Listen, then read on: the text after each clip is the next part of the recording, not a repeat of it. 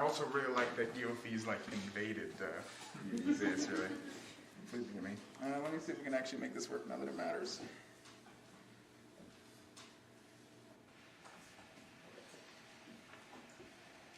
Not because I can't do basic computer functions. Okay. All right. So thank you very much for that introduction, and that really did set up really well, I think, what we're going to talk about.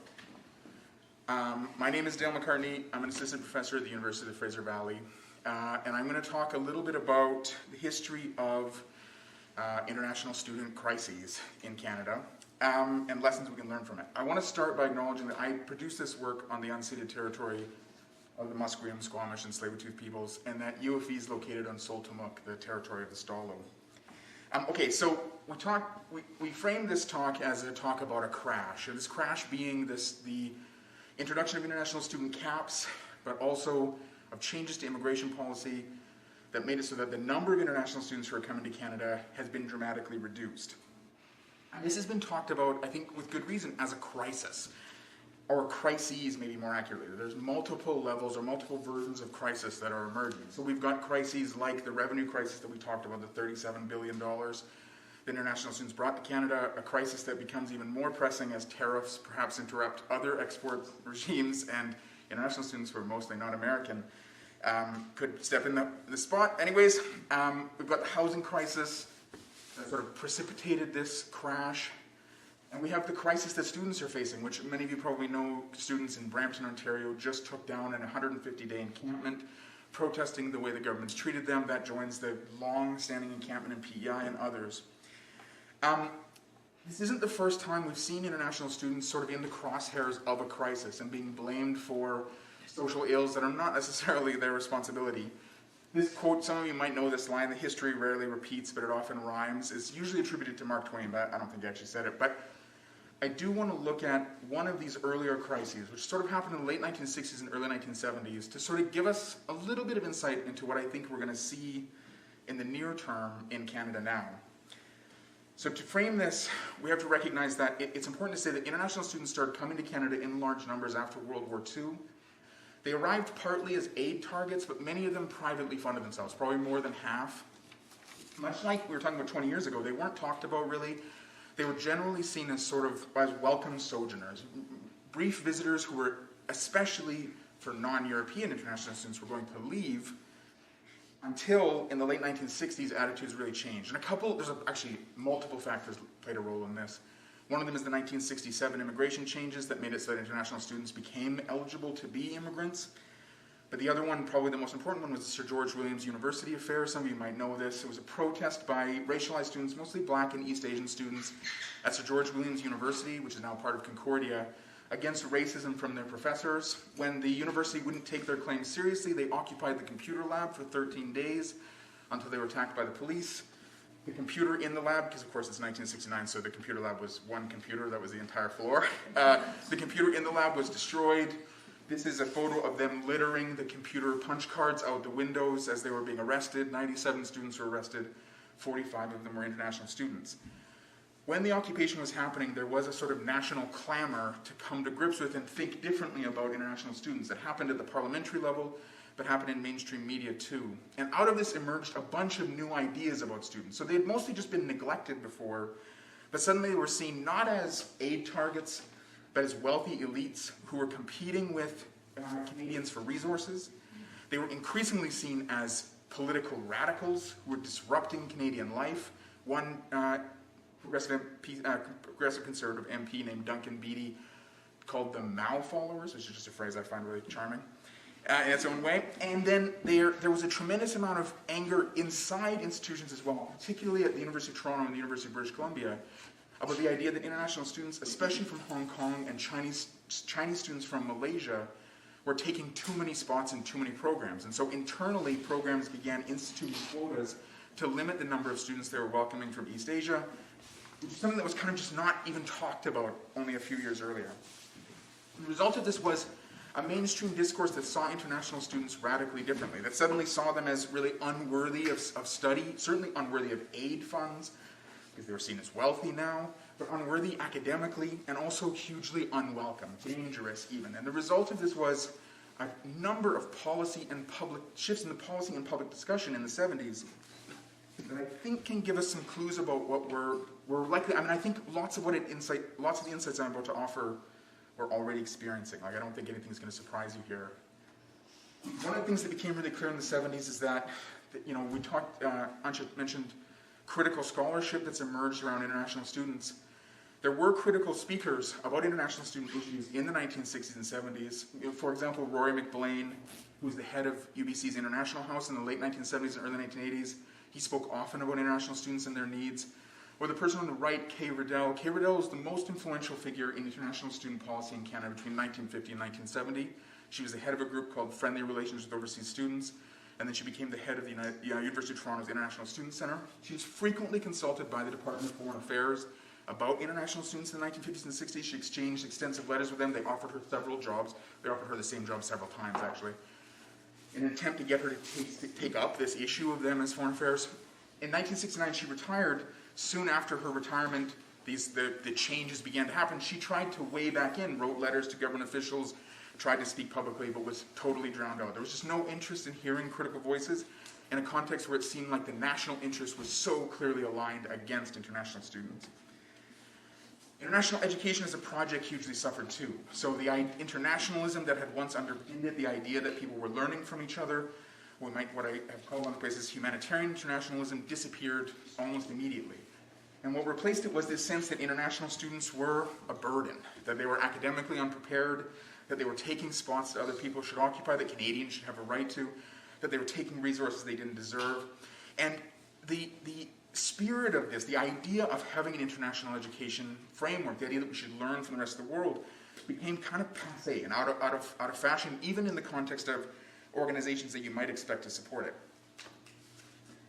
The other thing is, and I think we're already seeing this, and we're definitely going to see it, is that the backlash did not stop at international students, because of course international students were hugely racialized. And I mean this in the sense that their positionality, they were imagined through these sort of racialized lenses, particularly as East Asian or Black, and so East Asian and Black Canadians faced backlash that was notionally for international students. So for example, in 1974, Betty Stevenson, who was the head of the Canadian Medical Association, spoke out at a national conference where she said that there were too many Chinese students in Canadian medical schools. When the University of Toronto issued a statement that pointed out that most of those students were Canadian by citizenship, Stevenson reiterated her point that there were too many foreign-born students in Canadian medical schools and that they should produce a quota to prevent non-Canadians or people whose Canadian citizenship was in question from attending medical school. She was the Minister of Higher Education in the late 1970s in Ontario. She's also a member of the Canadian Medical Hall of Fame, as a side note, which is something I discovered as I was prepping this. Probably the most famous example of this backlash was in 1979 with something called the Campus Giveaway Incident, which was a W5 story about, this is a story that all of you will be familiar with because it happens every 10 or 15 or 20 years in Canada that some news report does this story. Like the two Asian controversy in the Plains 15 years ago is a very good example. The W5 did a story about how a white student who got pretty good grades couldn't get into the pharmacy program because there were too many international students. Their evidence that it was international students was they filmed pharmacy classrooms at the University of Toronto, which were full of East Asian faces. But of course, the pharmacy program had a complete ban on international students. All of those students were Canadians. They were just Chinese Canadians. And the aftermath of this was enormous. The Chinese-Canadian National Council formed to protest this. There were demands to try to have W5 apologize, which unsurprisingly it did not. But the point was that this backlash didn't stop at citizenship wasn't really in question so much as race. The other thing is that institutions are going to be blamed for this kind of no matter what they do. Like they're limited involvement in this actual problem. In fact, of course, the student protests that politicians were so upset about were affecting the institutions. Still, the institutions sort of bore the brunt of the blame. And it's weird to talk about now because the finances don't match at all the sort of stakes that we're talking about in 2025. But many institutions, especially smaller institutions, depended on the aid money that they had been receiving to pay for international students to attend. When that money disappeared, it was a financial crisis, but there was no sympathy for them. But worse than that, as cuts came in the 1980s, and they came, the sort of idea that universities had been partially responsible for this violation of the social contract made those cuts a little bit more publicly palatable. Now, the final thought I want to make, the final point I want to make, actually comes out of what the culmination of this was. So this backlash resulted in the creation of differential fees that we were just talking about, these gargantuan neo-colonial fees that Canada's used to move so many billions of dollars from the global south to the global north. These fees were justified on the basis of this backlash. This is Harry Parrott. He was the Minister of Colleges and Universities in Ontario in 1977. He created the first round of these fees, but by 1982, every province in Canada had them. The fees were justified on the basis that international students were wealthy and unwelcome, that there was reasonable to charge them money, that they didn't have a right to access Canadian education. And so the crisis sort of allowed this to sort of occur. And this is a point that Naomi Klein has made in the shock doctrine about the history of sort of contemporary capitalism. That is a history of crises, that as these crises emerge, people take advantage of them to create change. So in this case, not that I'm not trying to give Parrott this much power, but this was about commodifying and marketizing higher education, introducing user fees, justifying the idea that some people have a right to it and some people don't, and that part of how to distribute that right is about markets, about who can pay for it and who can't. And of course what this allows is a dramatic reorganization of the Canadian welfare state. I mean, not fees alone. This is a small part of what was a much larger project. But it allowed the reorganization of Canadian social welfare systems so that money could be distributed differently and that could be replaced by user fees.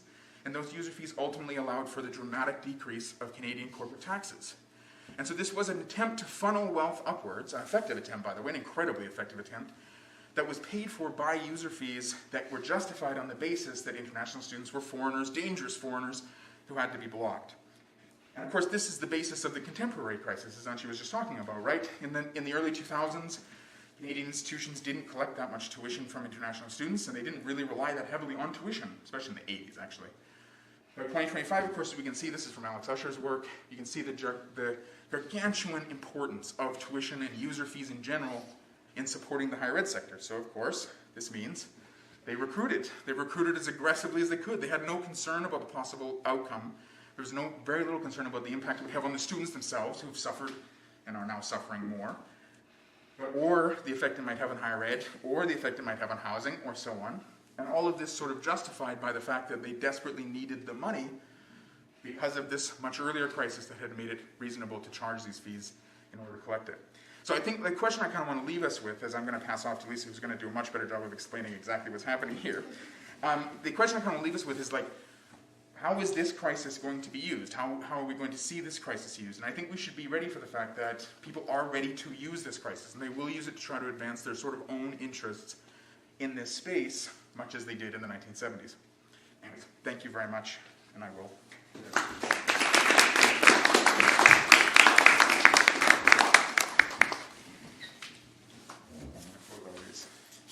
Should be easy. On the microphone.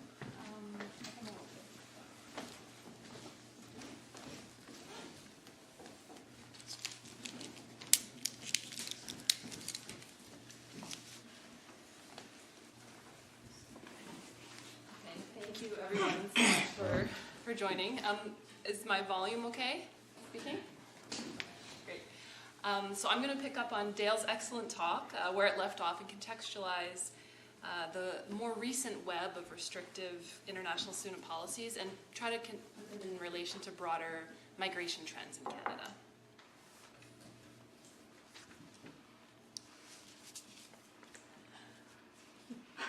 Buttons don't work. Oh. Wait, no, okay. This is what you get with the UFE quality. Okay, got it. That's the downside. So, as part of the land acknowledgement that this is being delivered on the traditional, ancestral, and unceded territory of the Musqueam people, I also wanted to share a resource that I've been involved in creating. And I know some people in the audience might work with international students, might be international students. I was a former international student myself in Canada. And this is a resource that is called Letter to Prospective Immigrants to What is Known as Canada. And it's a pedagogical tool that's trying to address misinformation and stimulate conversation regarding the intersections of international education and indigenization. But really it can be used by any non-Indigenous person in Canada as a way to think about what our responsibilities are to Indigenous peoples here. Just wanted to put that up. It's something I've used in conversations with international students and myself. So over the past decade, as I'm sure many of you know, the post-secondary recruitment of international students became linked with permanent residency pathways, and this was very explicit. So you can see here on the right, in 2021, the Minister of Immigration, Refugees and Citizenship Canada gave a simple message to international students that said, we don't just want you to study here, we want you to stay here. And it wasn't just IRCC sending this message. There were, the first international education strategy in Canada was in 2014 under a conservative government, followed by the second international education strategy under a liberal government in 2019. These are two documents that really tried to set the stage for the intensifying recruitment of international students for all the reasons that Dale and Antje have already alluded to. But it's also higher education institutions, provinces and territories, immigration agents. There's many different actors that are promoting education as a way to immigrate to Canada. And this is part of a broader global trend. Across the OECD, we see a really wide range of countries that are relying on international students as a source of economic immigrants in the past 10 to 15 years, even in countries like Germany where they're not recruited for tuition purposes because they're not charged differential tuition to the same extent in many other places. It is true that Canada is kind of a leader, if you want to say, with the retention of international students. You can see here data from 2022, a pretty high rate of retention. But increasingly other countries that are not necessarily seen as traditional migration countries like Estonia and Japan are taking this up as a policy priority. And in Canada specifically, we can kind of explain the way that this developed by the way that the immigration system and the higher education system both constructed policy challenges within a broader neoliberal context. So some of these constructed challenges really overlapped and gave the appearance of a win-win situation on the surface, and that has contributed to these really uncoordinated structural dependencies at multiple jurisdictional levels and across multiple sectors. And one major implication of these dependencies is the positioning of higher education institutions as migration governance actors. So the colleges and universities in Canada are now playing many new roles in the recruitment, the surveillance, the retention, and the settlement of temporary residents and potential immigrants. But this is not necessarily the objective of these institutions. They're not funded by the federal government to play that role. Sometimes they don't even realize that they're doing the role. So this created a lot of inconsistencies among institutions in terms of how these roles are being performed, but also vulnerabilities that were kind of bubbling under the surface along the way. So summer 2023, this is when some of this came to the surface. This is when IRCC, Immigration, Refugee and Citizenship Canada, held stakeholder consultations with about its international student program, and they noted, quote, unsustainable growth and integrity issues. And two of their key concerns, although they listed a lot of different concerns in their documents, what they really focused on in those consultations were application volumes had become too large because some institutions, especially colleges, were issuing a lot of admission letters, tens of thousands of admission letters at certain institutions, to the point that Canadian institutions were no longer the deciders of who got into an institution. It was really IRCC deciding who got a study permit, who would determine, the international student class at those institutions. And IRCC didn't have the capacity to manage those applications. But they also noted that the post-graduation work permit pool, so the people in Canada that had a post-grad work permit, exceeded the PR, permanent residency, level of space. And the subtext is that basically the international student program and the post-grad work permit program essentially became the system of policies that the government no longer was having a lot of control over or managing. That IRCC basically decided to recalibrate the international student program to be more choosy about which international students it accepted and who it was going to give post-grad work permits to. And Dale already showed a graph that demonstrated the growth in the number of international students. But I want to really focus on how it fits into the overall population growth in Canada. This is, population growth in Canada has been driven by migration since 1999 as opposed to births. And this chart just shows the past decade. So the black line shows the overall population growth, and the brown bars show the number of new permanent residents each year, and the green bars show the net number of non-permanent or temporary residents. So you see a sharp decline in the overall population growth in Canada during COVID in 2020, and this was really concerning to the federal government. So their response was to kind of double down on migration as part of Canada's economic recovery. But then in 2022 and 2023, in the yellow box, we saw the highest population growth in Canada since 1957. And the growth was a little bit unusual than previous population growth. Unlike the baby boom in the 1950s, the recent population growth was driven primarily by adults, not babies. And adults have different housing needs and infrastructure needs. And second, the growth during those 2 years was driven for the first time ever by temporary residents.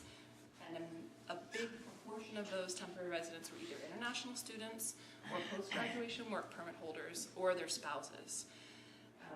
From what I can understand, from what people have told me and what I've read, the growth in 2022 and 2023 was not forecasted by Statistics Canada. So essentially, a very large number of people arrived in Canada at an somewhat unprecedented rate that the government was not anticipating.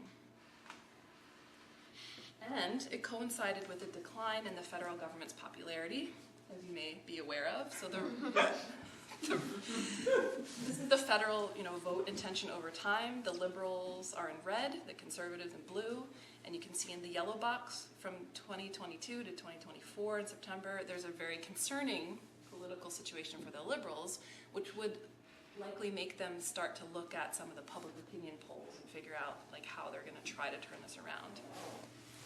So when you look at those public opinion polls, what you see is a decline in public support for immigration levels starting around 2023. So when Canadians or people living in Canada are asked if they feel there's too much immigration in Canada, from the late 1970s to the late 1990s, the majority agreed and they said, yes, there is too much immigration. But it changed in the early 2000s. Canada has since maintained a relatively positive public opinion relative to a lot of other immigrant-dependent countries, we can say, of its immigration system until 2023. So why was there a shift? Why is there a shift now? One hypothesis has to do with the framing of immigration in Canada. So a lot of, let's say, the country's unusually broad elite consensus on immigration, if we think about the media, for example, or politicians' policy talk, it's largely accepted by most of the public. It's rooted in a few key narratives that many Canadian governments have promoted. That immigration is good for the Canadian economy, that it's well managed, that diversity is a positive thing, and that immigration is cost-free for Canadians. And these four narratives have been, like I said, pushed by different governments and really used to justify Canada's immigration levels and immigration as part of a nation-building process. But post-pandemic economic context, I think, impacted the elite consensus.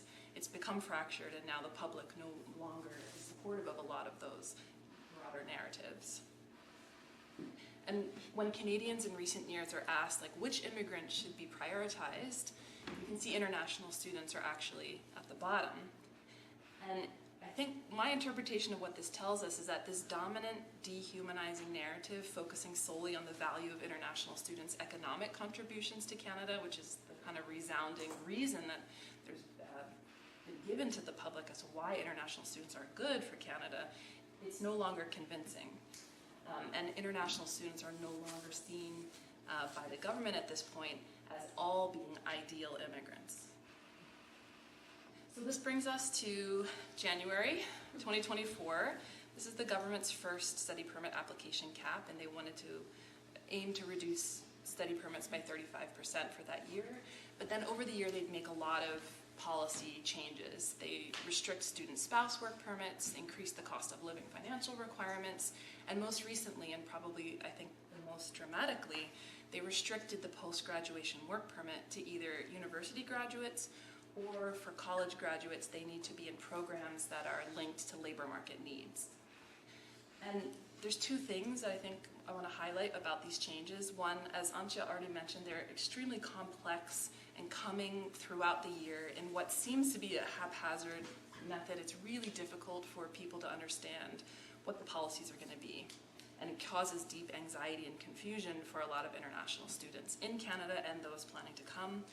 And they're also explicitly and increasingly connecting international students to housing shortages, which the government uses as a precursor for larger immigration cuts. But we really start to see this in the public sphere in January. And then in March 2024, the then Employment Minister and Immigration Minister announced their intention to reduce temporary residents overall. So we want to reduce the temporary resident population, which at the time was 6.2%, now it's over 7% of the entire Canadian population, to 5% over the next few years. And so when we think about international students in Canada, we have to think about them within this broader context that the government has a very difficult goal to achieve of reducing the temporary resident proportion in the overall population. And it's really hard to bring this number down to 5%. So this very boring numbers here that I'm showing you, basically this is from the 2025-2027 Immigration Levels Plan that was announced in October. Every year the government puts out usually a 3-year plan. This year was unique because it was the first time the government put out a temporary resident plan as well. And you can see in the yellow that the plan assumes that hundreds of thousands of temporary residents are going to leave Canada in 2025 and 2026. And they basically made this calculation based on the expiry date of study permits and work permits. And remember that the majority of temporary residents in Canada right now are somehow coming through the international student stream. Spouses, postgrad work permits, or students themselves. And if you remember that message that was tweeted in 2021 that said, we want you to come here and we want you to stay, those are the students here right now that are either graduating or on postgrad work permits. And many of them are expecting to stay, and the numbers do not have space for them to stay. In fact, they are expecting many of them to leave Canada. And this is in the context of an overall reduction in the number of spaces for economic permanent residency in Canada. So unless, I'll just say that there's a big question mark. Everyone is kind of wondering what the government's plan is for this group of people and what the impacts are going to be for them. There's a lot we can say maybe in the question and answer, but I'll close with these images, because I think what we're seeing in the communities right now, as Dale already alluded to, is expressions of frustration and protests about what many perceive to be a bait and switch. And there might not even be a really clear understanding of just how difficult it is going to be for people to immigrate right now. But I think we can expect to see some of the most vulnerable temporary residents, meaning those who have the most to lose by leaving Canada or feel they cannot leave Canada and return anywhere safely, needing a lot of support, including legal advice, mental health supports, etc., even though many organizations are not funded to provide resources for people who, let's say, fall out of status, and claiming asylum, for example, is one option that people may turn to, but it's not a very well-funded, it's a very complex, position to be in with a lot of uncertainty. And so I think, not necessarily ending on a hopeful note, but I will say that I think the conversation I would like for us to discuss, and I think we'll continue on, is about what is happening to these students specifically, and what were the promises that were made to them, and what is our complicity in that process. Thank you.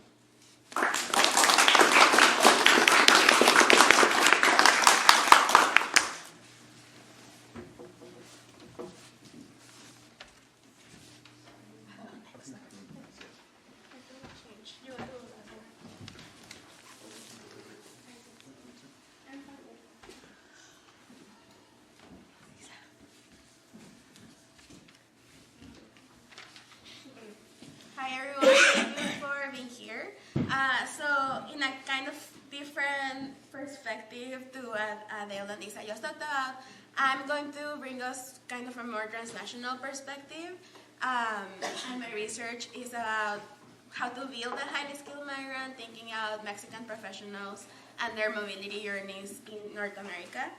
My research was done in the territories of the Coast Salish people in Vancouver and Seattle.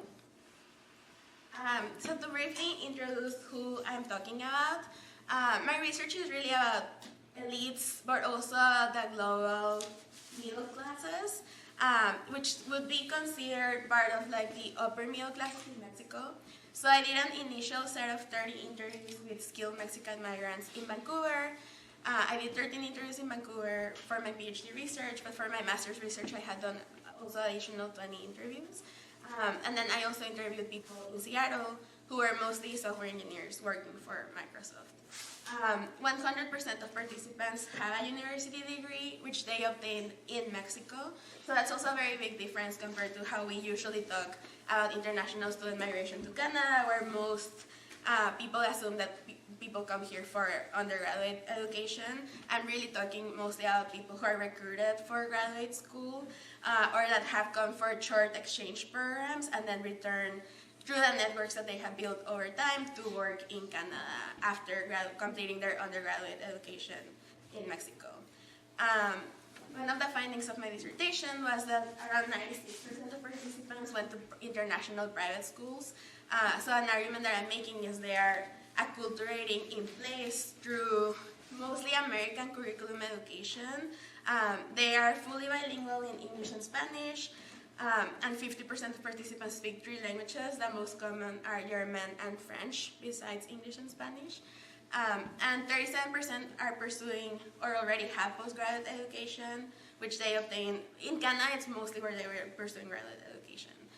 In Mexico, they are, as I said, part of the upper middle classes, in between the 80 to 95% of income distribution. But Mexico has a huge inequality gap, so they are like in the 1%, but not part of the 0.01%, which usually would just stay in Mexico. May go do undergrads at like Ivy Leagues and then go back to Mexico to become like CEOs.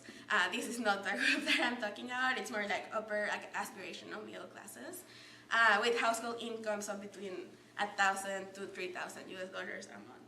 And this is the context in which they were growing up. For methodology, I used a hybrid multi-sided ethnographic approach. So I was hanging out with these people. Most of them were my peers. A lot of them are from Monterrey, which is a city in northeast Mexico, the industrial capital of Mexico, where I'm from. And I did semi-structured interviews with themes such as early life and education, cosmopolitan identity, and migration and transnationalism. And when I finished this first set of interviews and I did the analysis, I discovered that most of them were talking about the role that their families had in building these aspirations for transnational mobility. So I went back and interviewed parents in Mexico. I had to open it a little bit and interviewed parents with adult children living in the United States and Canada more broadly to try to figure out what were the strategies that they were constructing that created these aspirations for transnational mobility in early adulthood. So to talk about my findings, I worked on this infographic that kind of summarizes my dissertation. I'll just walk you through it briefly to then make specific points of how it relates to international student policies in Canada. But we basically have to go back to the beginning in like participants' childhoods and understand that they are growing up in this bilingual environment, mostly through this international school system, where they are developing what I call a cosmopolitan habitus. So it creates what the Haas calls aspirations and capabilities.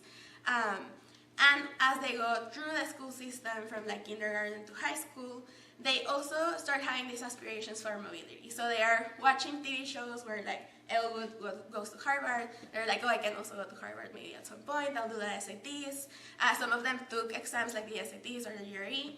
And in the end, when they make the calculation about where is it better to go, it's cheaper to go to university at a very prestigious university in Mexico that has a lot of international connections. So knowing that you can obtain high quality education in the country while still having access to internationalization opportunities by going on exchange programs or internships that will help build networks and connections by spending short periods of time and thus less money than an undergraduate degree in these programs. And when they obtain their credentials in Mexico, they start creating strategies of mobility, trying to evaluate where their credentials are worth more. I should say that most of these participants were between 25 and 33. So a lot of these decisions after undergrad were happening as Trump became president. And the United States was the first option that they had in mind for where to go after finishing university. And that's kind of where Canada comes into the narrative as an option that did not have Donald Trump as president. And I'll talk about credentials mobility in the end. So coming back to this idea of constructing mobilities as potential, I use this concept to argue that people are investing time and money in creating convertible capitals that will facilitate access to networks, what Brooks and Waters calls networks of privilege, by having these internationally recognized credentials, but also access to, for example, supervisors, friends, or people where you have built connections that could facilitate mobility later on.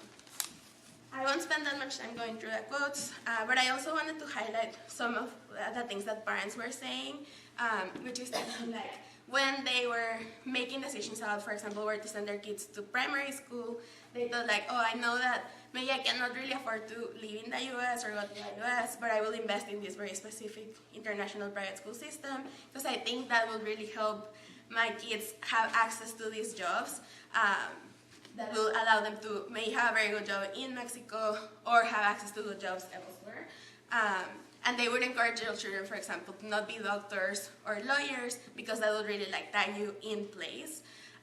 And they wanted them to have the option of flexibility. So this is something that participants had in mind when we were discussing like why they decided to come to Canada or to Seattle. And they told me like, oh, well, I was thinking like maybe I can go to Cal Arts because I really like Pixar films. And then they were like, actually, I cannot really afford that, so might as well just go to Tec de Monterrey, which is a university in Mexico that has like connections with Microsoft, and then get recruited to go work for Microsoft later on because they had seen like people from previous cohorts do that. And this creates these ideas of potential for mobility. So where does Canada fit in this narrative? I think Lisa didn't say it explicitly, but I have from Andy and you learned a lot about this idea of Canada promoting an education system, really making an emphasis on how obtaining Canadian education or participating in Canadian education institutions would allow for access to immigration to Canada, at least talking about permanent residents. And in a paper that I worked on with Anne-Cécile Deleuze, we are arguing, comparing Vietnamese and Mexican migrants, also like to expand kind of the worldview a little bit, that all of this preparation and in construction of skills allows people to keep in mind the idea of flexibility, like in the center of their priorities are where to use their capitals. So they have prepared all their lives constructing these capitals and are very good at evaluating where these capitals are better put to use. So they are always balancing the cost and benefits or where their credentials are going to be used. And for example, like a Canadian degree is a specific credential, but also considering things like the quality of life, where do they have access to more social mobility, etc. And in the Canadian case specifically, they have to assess the value of Canadian permanent residents, particularly because they are mostly making the comparison with the United States, where they know it is going to be harder to access like a green card for most people unless you are in very specific situations, like the software engineers that I interviewed have pretty quick access to permanent residents in the United States.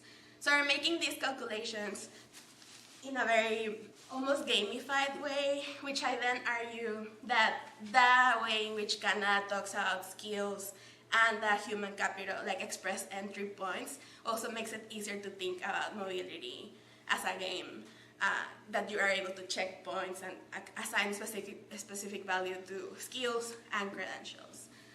So that's kind of where Canada fits into this narrative. And then coming back to the concept of mobility as austerity, and this idea of like, it's almost like a game you can play by assessing specific values. You are able, or participants were able to mobilize their credentials, but almost more importantly, their networks in accordance to the way that skilled migration policies are explained to them in public communication, but also just in word of mouth, in conversations with others who are also going through the same experiences. And here I'm focusing specifically on participants that came to Canada for either whole programs, like Natalia, who came on a MyTax exchange program. So she received funding to spend the summer in Canada with the promise of obtaining extra funding to come back for Canadian graduate education. And she told me like, oh, I wasn't really aware of like PR or anything like that when I was like going through these processes. Like I just wanted to get the funding to come to these programs. But once she arrived in Canada, everyone was just telling her like, oh, it's really easy to get PR. It's kind of part of the promise of what you get by doing the degree here. So she went through that whole process already. And for example, Jimena, who just came on short exchange programs to UBC, said like, I really love Vancouver, I love the quality of life there. So she studied the migration policies, specifically express entry, and made choices such as studying French to obtain more points to get access to permanent residence before moving back to Vancouver by applying to express entry through Quebec. So it's a way in which highly skilled migrants are using these very specific ways in which migration policies are expressed to them and valuing their skills and their credentials against the human capital nature of policies such as express entry. And finally, to close, I'm also trying to argue here that participants or individuals have access to have agency in how they respond to migration policies. So it's not just Canada saying, oh, I want this specific kind of migrant, or maybe even because they want this specific kind of migrant. My participants have a bit more agency in deciding like, okay, I want Canada because it doesn't have Donald Trump as president, because quality of life is really high, Canadian degrees are good, they might not be as good as going to an Ivy League, but like I know I'm going to feel safer, etc. So they're making these decisions comparing like the geographical context, and also in the North American context, they can go back and forth between Mexico, Canada, and the United States to see where their skills and credentials are more valued.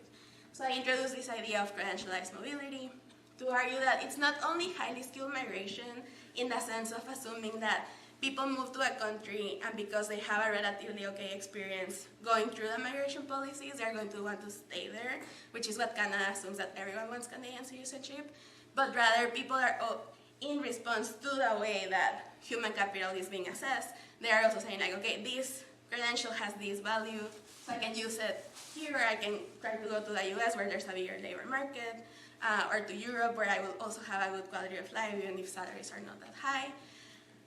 And because they are kind of relatively young, they are making these choices as they age and decide other things that are important to them, like where do they want to raise a family, can they obtain higher salaries to save for retirement, may go back to Mexico after a few years. So they're still trying to make these decisions. And just to conclude, I think what the point that I'm trying to get across is that yes, policies can change from one day to the other, but people like my participants have built these aspirations and capabilities throughout their lifetime. So it's a lifetime project, and they are very strategic in the ways that they think about how to use the credentials and skills that they have accumulated over time, and responding to the perceived value at specific moments in time. So at the same time that Canada can change policies from one day to the other, the most ideal migrants can also say, well, I don't want to be in Canada anymore, I'm going to try to get my skills elsewhere. So yeah, thank you so much for your time.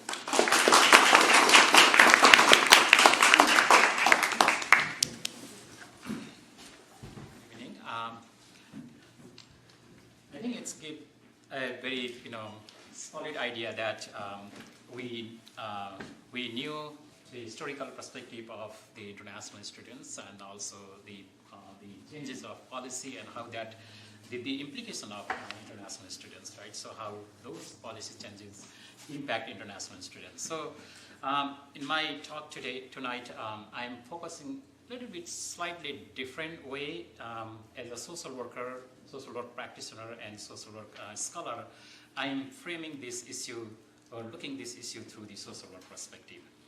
So I'm Karun Karki, Associate Professor of Social Work, and as an indigenous Nepali who also witnessed the colonization and the seizure of land I share the plight of the indigenous people of Canada. So I would like to respectfully acknowledge that I am working and living on the traditional, unceded, and ancestral territory of the Musqueam people. So, as we heard earlier, my colleagues also mentioned that many countries in the global north, such as, including Canada, see international students as valuable economic assets due to their high human capitals, their education, their language skills, work experience, and etc. And studies also have found that, nearly half of the international students, they stay in Canada after graduating, and most of them eventually become permanent residents, like Lisa mentioned earlier. However, the recent policy changes could impact these trends. Despite being sought after immigrants, many of them experience marginalization due to their temporary status. They face employment restrictions, exclusion from the social welfare, and limited access to financial resources. And furthermore, they navigate an unpredictable immigration systems with changing rules and procedure that can be deeply disruptive to their plans and stability. And such precariousness makes them more susceptible to exploitation and discrimination. The feeling of social loss and confusion makes them more vulnerable and less confident. So within this context, I conducted a small pilot study last summer to explore or to understand the challenges of international students in Canadian post-secondary institutions. So the research site is the Lower Mainland BC, 3 post-secondary institutions. I used the qualitative research, interviewed 7 participants, and of these 7 participants, 3 students were from India, 2 from Nepal, 1 from Bangladesh, and 1 from Sri Lanka. And I use thematic analysis to analyze my deep data. And the findings, the 5 major themes emerged in the data analysis, such as these themes included struggle with transition shock, adjustment to everyday life, adapting to academic life, navigating social and cultural integration, and emotional and psychological adaptation. So the first theme, struggle with transition shock. So struggle with transition shock refers to the challenges and difficulties international students face when transitioning to new environment. The transition shock is a state of loss and disorientation precipitated by a change in one's familiar environment that requires adjustment. And upon arrival in Canada, international students were confronted with basic life and living transition and cultural differences.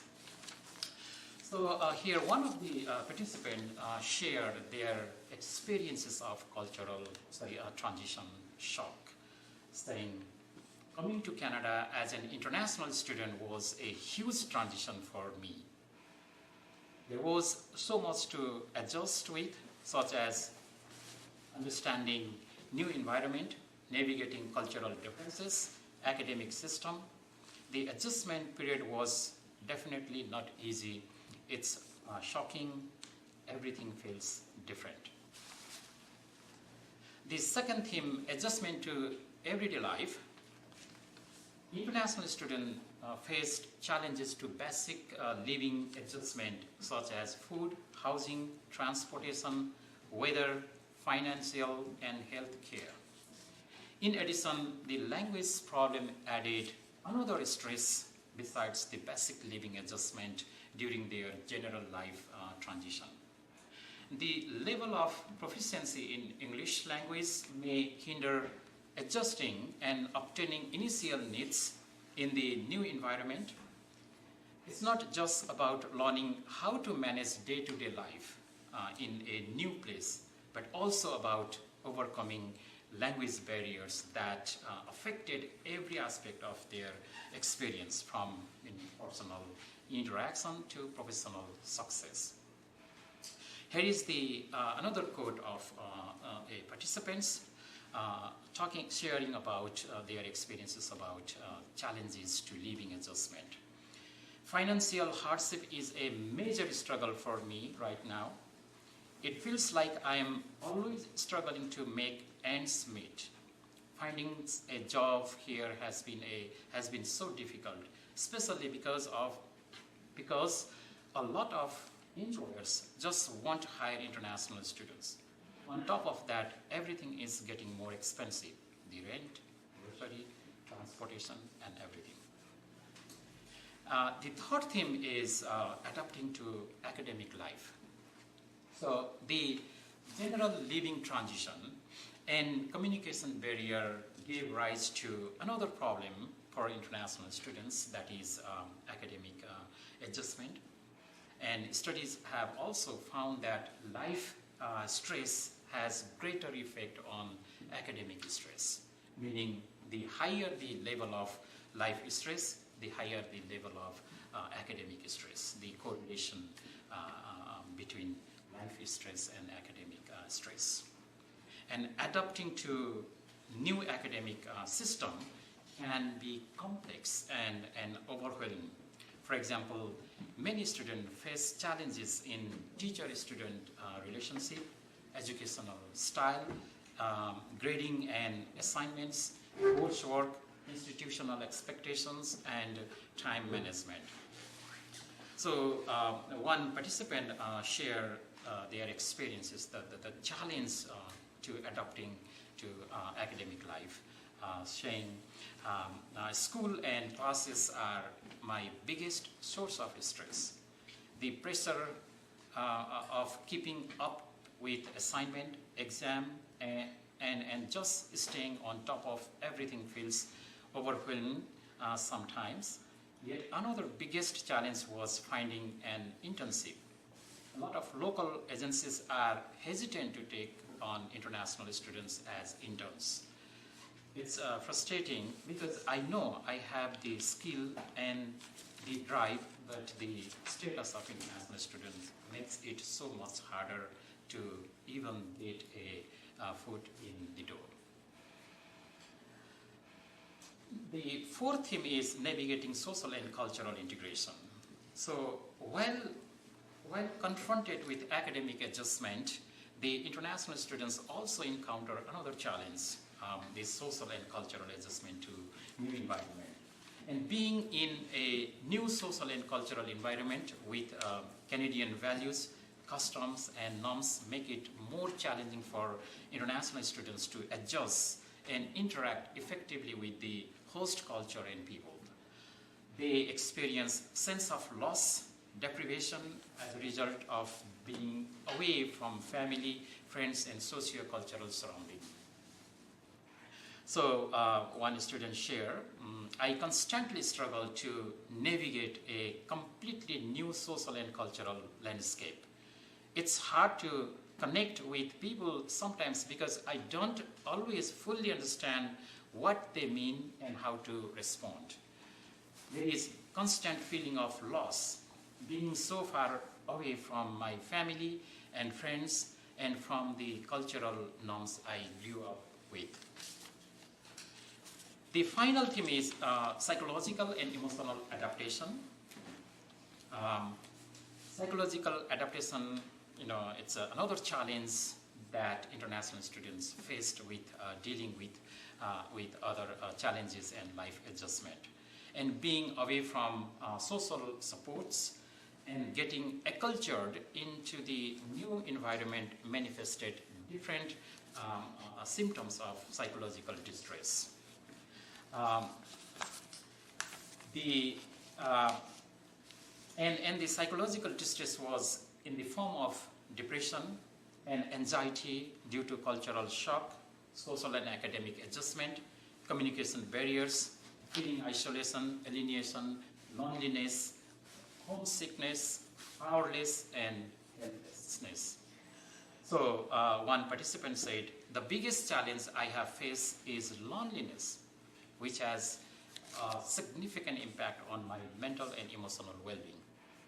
Another participant also mentioned, just a month ago, one of the students in our community had to return home because he was going with a severe mental health issue like depression. He couldn't stay in Canada any longer. Our community came together and raised funds to help cover his flight back home. So now these are the major findings from the study, and these findings reveal that international students are experiencing complex challenges, including housing, employment, healthcare services, mental health care, financial hardship, academic challenges, and workplace discrimination. So against this backdrop, social workers play a crucial role in supporting international students, acting as advocates, counselor, and educator. And social workers help address students' physical, mental, emotional, social, and academic needs by empowering them to overcome the challenges they face. Social worker can take different practice approaches, such as anti-oppressive practice, strength-based approach, person in environment to support diverse background of international students. So using an anti-oppressive practice approach, social workers can challenge discrimination, advocate for equitable treatment, and provide resources for international students facing challenges. And the anti-oppressive practice also emphasizes empowerment, social justice, and the need to challenge equities and inequalities, which is crucial in supporting marginalized groups such as international students. The strength-based practice focuses on students' existing resources and strengths such as resilience, adaptability, and their ability to thrive in challenging environment. And